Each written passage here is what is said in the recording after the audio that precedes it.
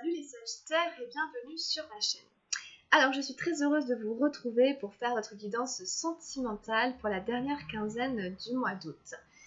Voilà, amis Sagittaires, on va aller regarder pour vous ce que disent les cartes. Je vais commencer à mélanger le jeu. J'espère que vous allez bien, que vous avez la santé, la forme et le moral, malgré tout ce qui se passe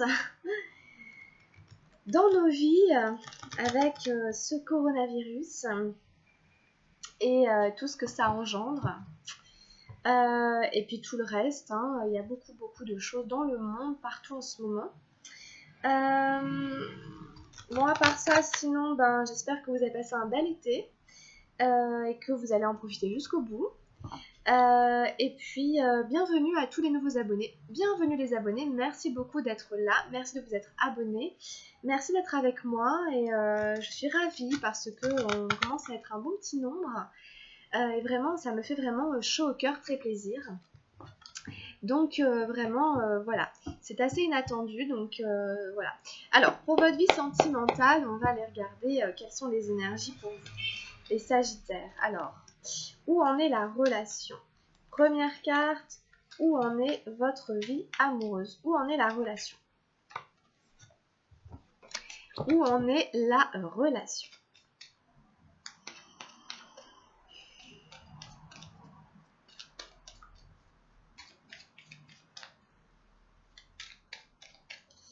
Où en est la relation amoureuse des Sagittaires?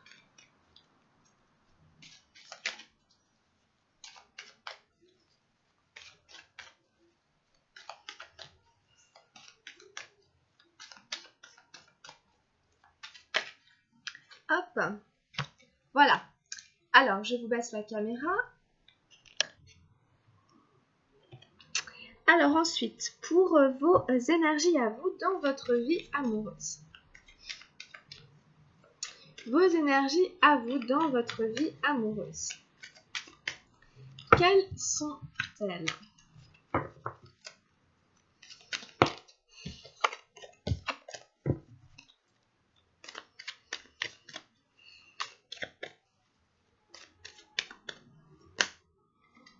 Il y a beaucoup de cartes qui se retournent. On y va doucement, hein.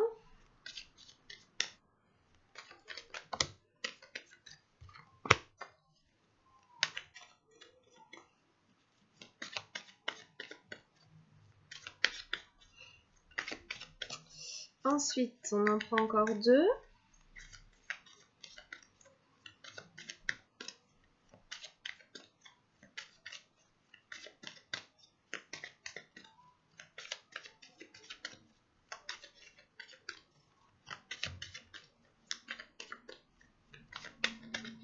Alors, pour nos Sagittaires, quelles sont les énergies dans leur vie amoureuse sentimentale? Fin août.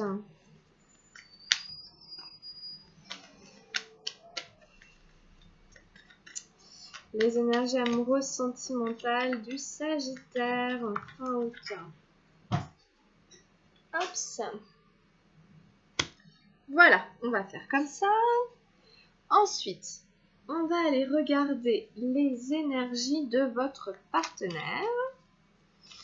Alors, c'est la personne que vous aimez, la personne à laquelle vous pensez, voire la personne à laquelle vous vivez, etc. Hein, le conjoint, la conjointe. Alors, l'autre personne dans la vie amoureuse, quelles sont ses énergies?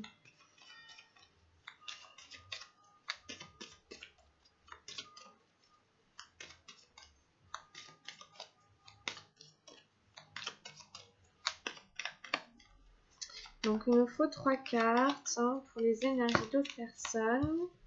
Ok, très bien. Une ici, encore une et encore une autre. On en prend encore deux.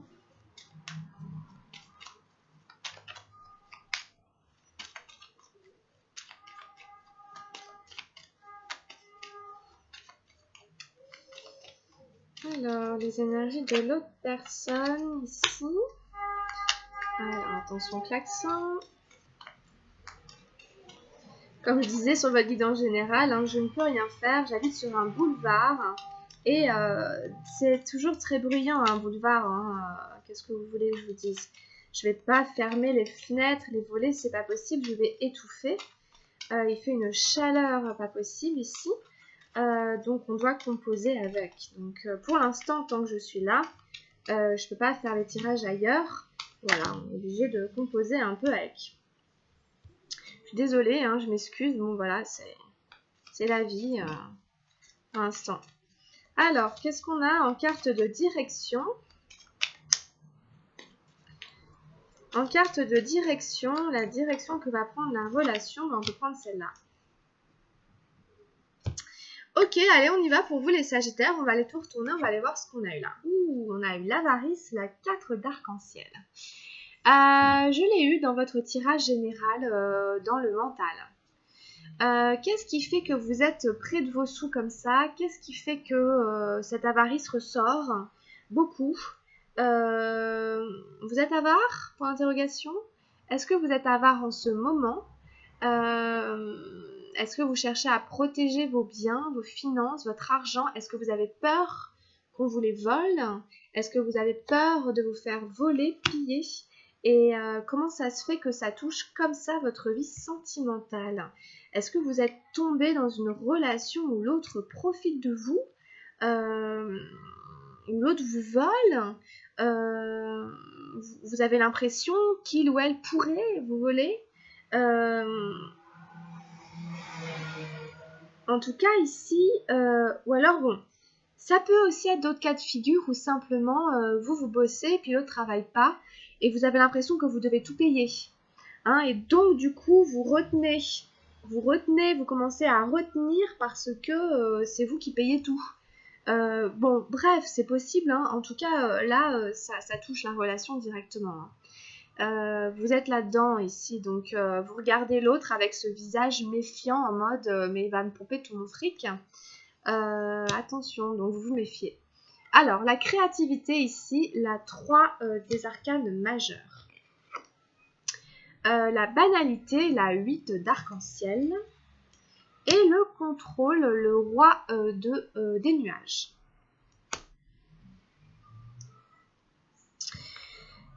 Ensuite, pour l'autre, on a le courage, la 8 des arcanes majeures. On a la morale, la dame des nuages. On a le couple des nuages ici, hein, le roi pour vous et la dame pour elle, ou pour lui. Et le 8 d'eau, le lâcher-prise. Alors c'est assez intéressant parce que vos énergies sont en miroir, hein. Comme pas mal de tirages que j'ai fait. Vos énergies entre vous et elle, ou voilà, vous et lui, sont complètement en miroir, donc j'y reviendrai tout à l'heure. Et en carte de direction, on a l'achèvement, la 21 des arcanes majeures. Donc, voilà. Je vous ai dit un peu où vous en étiez avec ce 4 ici d'arc-en-ciel. Pour une raison X ou Y, hein, il y a une forme d'avarice. Et vous êtes quand même dans une forme de créativité. Vous avez envie d'être créatif, votre esprit est créatif. Peut-être que vous confectionnez des œuvres d'art, peut-être que vous êtes artiste, musicien, enfin bref, il y a plein de métiers artistiques qui existent ou de passions artistiques qui nous permettent d'exprimer notre créativité. Alors à voir après comment ça résonne avec votre vie amoureuse, sentimentale. J'aime bien dire, comme c'est un numéro 3, que 1 plus 1 égale 3. On peut aussi être créatif dans sa vie amoureuse et sentimentale. On peut avoir envie de faire des propositions pour redonner un souffle d'air à sa vie amoureuse. On peut dire, allez, hop, demain, je nous emmène à tel endroit, on va faire tel truc, boum, c'est ça la créativité, c'est la spontanéité, c'est la surprise, c'est l'envie de colorer sa vie, de mettre de la fantaisie. Vous voyez, cette carte, elle est pleine de couleurs. Donc, c'est l'art, mais au sens très très large, sans simplement faire ce que l'on aime, aimer ce que l'on fait, et redonner de la vie, de la vitalité, des couleurs, de de la fantaisie, de la beauté à sa relation amoureuse. Là, je pense que c'est ça. Je suis créative dans ma vie amoureuse, donc je fais des choses pour nous, pour le couple, qui sortent de l'ordinaire. Voilà. C'est peut-être ça, ici, pour vous. Cet esprit de créativité qui est là pour fin août. Vous voyez, c'est pas seulement l'artistique, c'est par exemple, voilà, comme je vous disais, donc ce dans quoi on est doué, dès qu'on peut mettre quelque chose qui met un peu de joie, un peu de gaieté, un peu de bonheur, quel que soit ce qu'on fait. Hein, donc il faut le voir vraiment dans ce sens-là. Et parce que vous avez un peu un côté plan-plan qui vous pèse peut-être avec la banalité. Peut-être que si on prend l'exemple que vous êtes dans une vie de couple, que vous êtes installé, voilà, vous avez envie de casser la routine en fait. Hein, je pense que c'est ça. La banalité, il peut y avoir une forme d'ennui. C'est le quotidien, hein, voilà, c'est le quotidien, métro, boulot, dodo, bon bref. C'est un quotidien hein, qui nous ennuie un petit peu. Vous voyez sur cette carte, il y a un côté où il y a de la couleur justement, et un côté où il n'y en a pas. Et donc du coup, c'est comme si la créativité ici venait contaminer hein, par ces couleurs cette banalité un peu fade qui vous ennuie un petit peu. Hein, et donc du coup, c'est à vous, en effet, de rendre cette banalité un peu plus extraordinaire pour casser un peu l'ennui. Donc c'est ça en fait, hein. La banalité c'est pas quelque chose de mauvais en soi, mais c'est comment je remets de la fantaisie, de la surprise pour que ce soit pas trop le train-train, pour casser un peu la routine. Vous voyez, c'est pas tout envoyer valdinguer, c'est simplement voilà, faire des choses qu'on n'a pas l'habitude de faire, emmener toute la famille je ne sais où, s'inscrire dans quelque chose qu'on n'a jamais fait, faire une proposition qui permet de changer un peu la routine et de mettre hein, de l'extraordinaire dans l'ordinaire. C'est vraiment ça la banalité. Hein. Je mets de l'extraordinaire dans mon quotidien. Avec de la créativité, en faisant appel à mon esprit de créativité, d'inventivité, d'ingéniosité, d'espièglerie, de tout ce que vous voulez. Hein, n'hésitez pas à aller chercher dans votre mallette ici, dans tout ce que vous avez de tous vos dons et talents, voilà, pour mettre de la couleur dans votre vie au quotidien. Et sinon, en carte d'opposition, ce qui vient un peu, c'est le contrôle, hein, le roi des nuages. Donc ici, on a peut-être affaire à certains sagittaires qui sont dans le contrôle, le surcontrôle. Quand on veut tout contrôler, quelle heure il est, à quelle heure on part, à quelle heure on mange, vous voyez, ce genre de truc. Bon, attention ici hein, à ce roi des nuages qui ne laisse rien dépasser. Ça va venir vraiment freiner votre créativité. Hein, parce que lui, vous voyez, il n'y a pas un cheveu qui dépasse. Donc ici, hein, il faut relâcher un peu pour vous la pression pour vous donner le droit hein, d'être un peu foufou, entre guillemets, et de faire des choses qui sortent de l'ordinaire. Mais ça vous demande peut-être un effort parce que vous êtes peut-être quelqu'un de contrôlant. Et donc, du coup, c'est pas forcément évident pour vous de relâcher la pression. Il y a quelque chose qui fait que vous avez tendance à résister, à retenir. Peut-être que c'est un tempérament, peut-être que c'est une situation à laquelle vous devez faire face. Et donc, vous l'adapterez en fonction de votre situation, mais il y a un surcontrôle ici qui est exercé et qui...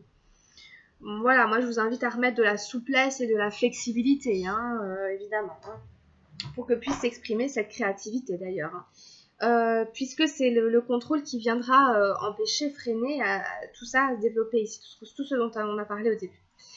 Et ensuite, en face de vous, eh ben, on a quelqu'un hein, dont les énergies font complètement écho, puisque d'abord, on a une première arcane majeure qui est le courage. Et vous, votre première carte, c'était une arcane majeure qui était la créativité. Alors, pour cette personne ici, courage, on lui dit, courage. Il faut garder la tête hors de l'eau, mais pour cela, cette personne elle a besoin de retrouver de la force, de retrouver de l'envie, de retrouver de la vitalité, de l'espoir, tout ce qui donne envie, si vous voulez, de continuer à vivre en fait. Hein. pour le dire carrément comme ça. Puisque métaphoriquement, ici, c'est une plante qui était à l'état de graine et qui a dû traverser une multitude d'intempéries, d'obstacles, etc., de vicissitudes pour réussir à devenir une fleur magnifique. Hein, la graine qui était bien au chaud dans la terre a dû prendre le risque et puis percer l'écorce terrestre, grandir, s'exposer au vent, à la grêle, à la pluie, à la tempête, à la sécheresse, etc., à tout ce qu'il y a de difficile, hein, et elle a traversé tout ça. Donc bon, sachez que pour votre amie, c'est difficile en ce moment, elle est dans un passage difficile. Elle est dans un passage difficile. Alors, est-ce que c'est parce que vous, parallèlement, vous vous êtes plongé dans une vie artistique? Parce que ça peut être ça aussi. Vous êtes plongé dans une passion personnelle qui fait que vous n'êtes pas forcément en lien avec l'autre, ou je sais pas, et en tout cas, vous faites ça pour briser la routine. Vous vous êtes mise à la peinture, à l'écriture, à je ne sais quoi, pour briser votre routine, votre train-train. Je sais pas. En tout cas, l'autre, il doit faire preuve de courage parce que ce qu'il vit, ce qu'il traverse, c'est difficile. En face, on a la morale pour cette personne, la reine des nuages. Vous voyez, c'est le couple des nuages ici, le contrôle et la morale. Alors, c'est des personnages qui sont dans le mental, par contre. Hein, ils sont dans le mental, mais on a un couple qui est représenté. Donc, c'est pour ça, peut-être qu'ici, vous êtes en couple. Alors après, il y a beaucoup de restrictions, c'est assez restrictif. On s'impose beaucoup de choses. On s'impose, c'est le devoir. Je dois faire ceci, il faut faire cela, je dois travailler, je dois, vous voyez, je dois me coucher tôt, je dois être à l'heure, etc. On est beaucoup comme ça ici. Peut-être que vos tempéraments se répondent en fait à cet endroit-là. Mais ici, si vous voulez, c'est un personnage, peut-être un personnage qui existe vraiment d'ailleurs. Hop, scooter. C'est un personnage ici qui fait la morale beaucoup tout le temps, qui fait la morale à votre autre. Est-ce que c'est sa morale à elle? Est-ce que c'est quelqu'un qui lui fait la morale? Sa mère, hein, par exemple, sa grand-mère, une cousine, enfin quelqu'un qui est là et qui lui dit ça c'est bien, ça c'est mal, il faut faire comme ci, il faut pas faire comme ça. Bon, après, elle n'est pas toujours de bons conseils, la morale, parce qu'elle est très enfermante, elle est très dans le mental, elle est très dans le jugement. Elle n'est pas du tout dans un esprit libre, entre guillemets, dans sa tête. Elle suit un code parce qu'elle croit que c'est bien de faire comme ça. Mais elle manque énormément, justement, elle manque d'espièglerie, elle manque de créativité, elle manque de fantaisie. Elle rigole pas, elle est triste, elle manque de fantaisie. Donc ici, c'est un peu sinistre, c'est un peu triste. Ici, c'est un peu triste pour votre autre. Il lui faudrait peut-être rire davantage, remettre du soleil dans sa vie et faire attention à cette morale qui peut aussi la décourager. Hein, des fois, la morale, elle décourage. Bon, voilà, c'est vraiment pas évident. C'est ce qui fait obstacle un peu au courage en face. Tu y arriveras pas, c'est pas cette manière-là, c'est pas le bon, enfin ouais, tout ça, la morale, il faut que tu fasses ceci, cela, peut-être il faut quelqu'un comme ci, comme ça, etc. etc. Bon. Donc en face, il faut que l'autre soit courageux et tienne bon. Hein, Et en fait, hein, ce qui vient ici l'aider, c'est le lâcher prise. Donc c'est pas mal du tout. Parce que cette personne, elle a une ressource ici qui est de ne plus rien écouter, de ne plus écouter personne et de laisser couler, de lâcher justement prise, contrairement au contrôle qui lui est très résistant, qui lui ne lâche rien. Ici, on a une capacité à laisser faire, à décrocher. Et vous aviez aussi un numéro 8, c'était la 8 de terre, ici la 8 d'arc-en-ciel. Donc vous voyez comme vos cartes se répondent, hein, ils se font le miroir. 8 pour vous et pour elle ou pour lui. Et donc du coup avec ce 8 d'eau, on est dans une forme de lâcher prise émotionnelle, de prise de distance, de justement j'accepte que je ne contrôle rien J'accepte que je n'ai pas prise sur cette situation, que, ok, ma volonté n'est pas forcément exaucée, mais que je peux mettre ma force ailleurs, m'occuper de moi, etc., retrouver courage, de la force, de l'espoir, me nourrir moi-même, etc., de volonté, de persévérance. Et puis je lâche prise sur les choses sur lesquelles justement je n'ai pas de pouvoir. Donc cette personne, elle peut être dans une phase de transition, hein, où elle renonce à quelque chose pour continuer à avancer, pour se nourrir elle-même sûrement, hein, de cette eau de vie dont elle a besoin pour remettre en mouvement le courant. Donc elle est dans ce passage-là, hein. En général, quand la carte sort, c'est que la personne, elle est déjà dans cette transition de décrocher, d'arrêter de vouloir à tout prix quelque chose, de réussir à passer à autre chose en fait, hein. Donc vous verrez, hein, si vous reconnaissez votre autre dans ces énergies-là. Et puis en carte de direction, on a la fin d'un cycle, l'achèvement, la 21. On est au bout de quelque chose en fait, ici. Donc que vous soyez dans une vie de couple ou pas, il y a toujours des cycles. Il y a toujours des cycles, même dans une vie de couple. Ça ne veut pas dire que c'est terminé, que c'est la fin de l'histoire, mais ça veut dire qu'il y a quand même quelque chose une page qui se tourne. On écrit un nouveau chapitre. Vous voyez, voilà. On va écrire un nouveau chapitre de notre histoire. Et puis voilà. Alors, mais par contre, ici, vous êtes plutôt en train de finir le chapitre. Donc, vous allez aller au bout des choses, vous allez aller au bout de la situation pour achever quelque chose, pour vraiment ne plus revenir dessus, pour avoir été au bout, d'avoir tout dit, d'avoir expérimenté tout sous cet angle-là, pour justement pouvoir après créer du nouveau, créer quelque chose de beaucoup plus frais. Enfin, ça, c'est vous qui savez, hein, ce qui va se créer derrière. Et encore, vous savez peut-être pas encore. Mais ici, fin de cycle. 21, on est vraiment, c'est l'achèvement. Ça peut aussi être une apothéose, hein, c'est pas négatif, c'est ni négatif ni positif. C'est une apothéose, c'est une complétude, c'est il manque plus rien, on a fait le tour, vous voyez, bon voilà, je sais pas, on se connaît parfaitement, enfin bon, on arrive à se comprendre, à se comprendre sans se parler, enfin, vous voyez, c'est la carte du monde un peu, hein, dans le tarot de Marseille, donc tout est là, tout est en place, tout est là, quoi. On met la dernière pièce du puzzle pour pouvoir ensuite en recommencer un, en continuer un autre. Après, paradoxalement, la carte nous dit aussi qu'on n'arrive jamais au bout de quoi que ce soit, que rien n'est jamais terminé vraiment, que tout continue aussi dans une forme de fluidité. Ce sont les apparences, mais en fait, il y a toujours quelque chose encore à faire, hein.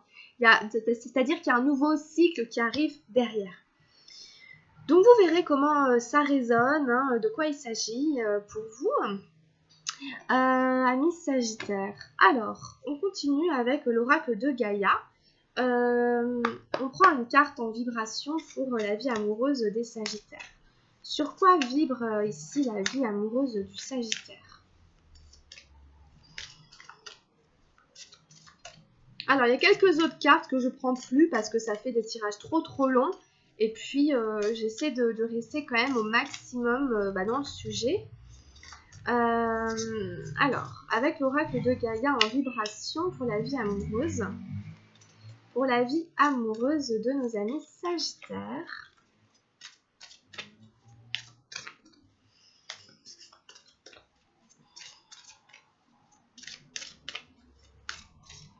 Quel est le message? Quel est le message avec l'oracle de Gaïa?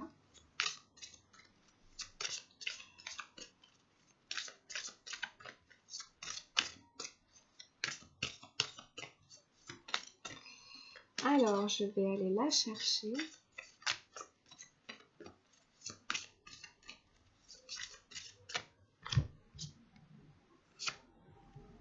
Waouh! La magnifique carte, c'est la numéro 11 de l'Ascension. Ascension, clarté, liberté, solution. Elle me fait beaucoup penser, de par notamment ses couleurs, à la carte de l'achèvement. On est dans des choses comme ça. On est au bout de quelque chose. Vous allez ascensionner. Non, je plaisante. Ah, peut-être un peu, hein. Clarté, liberté, solution. C'est la 11, la 21. C'est une carte magnifique que j'ai jamais tirée. Que je vais découvrir en même temps que vous. Alors, la numéro 11. Je suis désolée, il y a pas mal de raffus dehors. Il y a des jours comme ça se déchaîne. Alors, la colombe blanche, représentée sur cette carte, survole la Terre et observe les choses d'une plus haute perspective. Elle vous suggère de faire de même. Vous ne pouvez pas vous élever physiquement, mais vous pouvez vous détacher en esprit de la situation présente. Peu importe ce qui se passe, cessez d'y penser. Vous êtes trop près pour pouvoir voir des choses clairement. Il existe une solution simple et elle vous apparaîtra quand vous lâcherez prise. Cessez de vous focaliser pendant un moment. Ramenez votre conscience à l'intérieur de vous-même et fermez les yeux. Détendez-vous, méditez, renoncez. Lâchez prise, faites une promenade au parc, dansez, amusez-vous. Distrayez-vous afin de vous détacher de la situation. L'évidence s'imposera d'elle-même le moment venu. Alors, très nettement, ça fait écho à cette carte ici, qui était plutôt chez l'autre personne. Peut-être que l'autre personne a déjà compris qu'il fallait faire ça et qu'elle le fait. Et maintenant, c'est à vous de le faire, puisque vous résistez. Ici, on vous dit, il faut vous détacher, il faut vous renoncer. Amusez-vous. Allez danser, allez vous amuser. Il s'agit de se détacher, de prendre de la hauteur par rapport à une situation. Alors, distrayez-vous. Affirmation positive, je me livre au pouvoir universel de l'amour. J'ai confiance dans la vie. J'observe les choses d'une plus haute perspective. Le divin me guide. Tout est clair, je suis sauvée. Voilà, donc c'est quand même assez clair, n'est-ce pas? Le message ici est assez net. Vous êtes trop près, vous avez la tête dans le guidon, vous êtes trop près pour pouvoir voir les choses clairement, il faut prendre un peu de recul. La solution apparaît quand on prend ce recul-là, justement, quand on lâche. Bon, voilà. Alors, ok, bah écoutez, c'est clair. On passe au tirage des anges de l'amour. Pour vous, les amis Sagittaires, on va aller regarder ce que disent les cartes des anges de l'amour, les messages des anges de l'amour. C'est vraiment un tirage complémentaire. Encore une fois, qui ne parlera pas à tout le monde. Par rapport aux Sagittaires, ici, avec les anges de l'amour, quels sont les messages? Alors, exprimez votre amour. Alors ici, il s'agit de vous lancer, lancez-vous, faites le premier pas. Pour les personnes ici qui ont quelqu'un qu'ils aiment, on vous dit, mais dites-le lui, allez le lui dire. Voilà, dites-lui, je t'aime. Il faut faire le premier pas.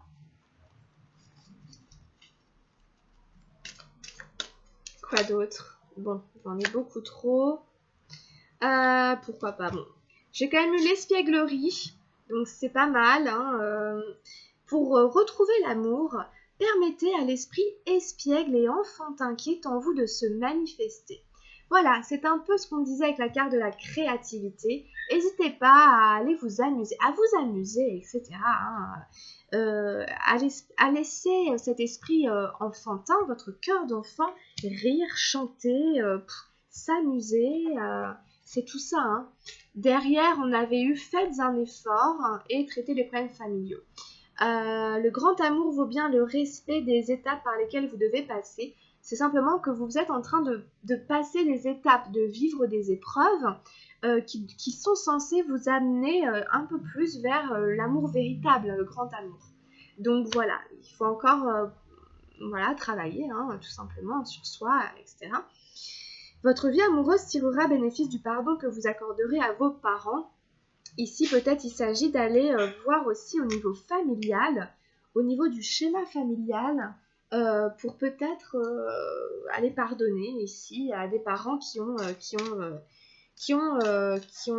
des défauts comme tout le monde, qui ont fait des choses et qui ne vous aident pas dans votre vie amoureuse aujourd'hui. Peut-être aller regarder sous cet aspect-là des choses, pourquoi pas. Quoi d'autre? Allez, on en prend un dernier. Alors, c'est inconscient des fois, on en a conscience ou pas, que nos parents, la vie amoureuse de nos parents nous a conditionnés, consciemment ou inconsciemment, et la relation qu'on entretient avec eux touche aussi notre relation amoureuse. on a la confiance. Très jolie carte de la confiance. Cette situation vous demande d'avoir la foi. Ici, hein, il y a une notion de garder la foi, garder l'espoir, garder courage justement, hein, et de garder confiance. La foi, c'est la foi d'abord en soi-même. C'est avoir foi en soi, croire qu'on peut réussir, se donner les moyens, de cultiver la foi à l'intérieur de soi pour atteindre ses objectifs.